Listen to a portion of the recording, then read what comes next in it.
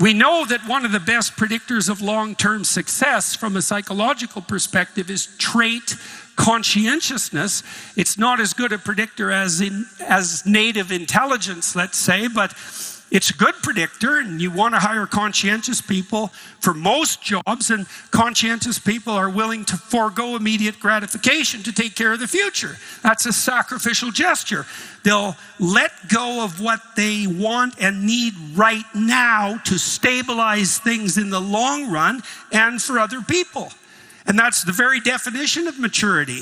In fact, it's likely that the reason we have a cortex, let's say the top part of our brain that makes us specifically human, is so that we can replace the immediate demands for gratification of our base instincts with a long, what would you say, a mode of vision and action that takes not only ourselves, our narrow selves into account, but the iterating future and other people, right? So that's what you're trying to encourage in your children when they mature, so they can take turns and share and play with other children and be good sports, the sort of good sports that help their teammates develop and not just them, and that can share the glory in victory and can tolerate defeat with some degree of nobility. And all of that's, well, what's the alternative? That bitter,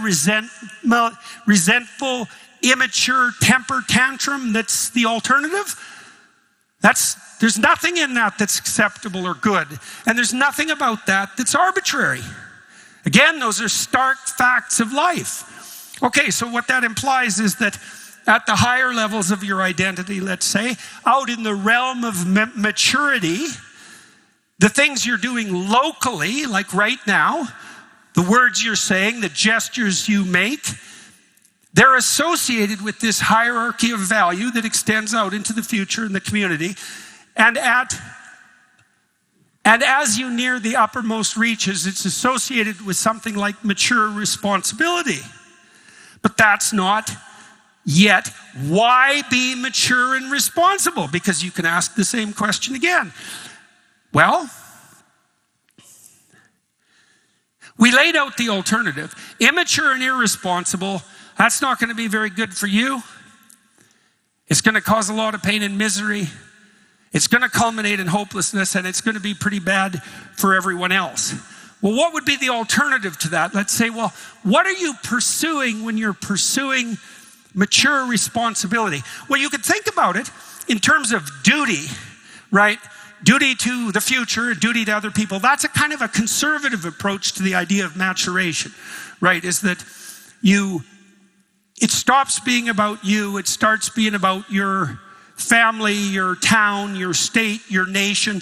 Patriotism comes out of that, right? You're serving some higher order traditional structure, and it's the traditional structure that binds everyone together if it's functioning properly. But there's more to maturity than that. There's more to it than that, because being able to bear your duty, to bear up under your duty, and to be responsible doesn't exhaust the realm of the possibility of your identity.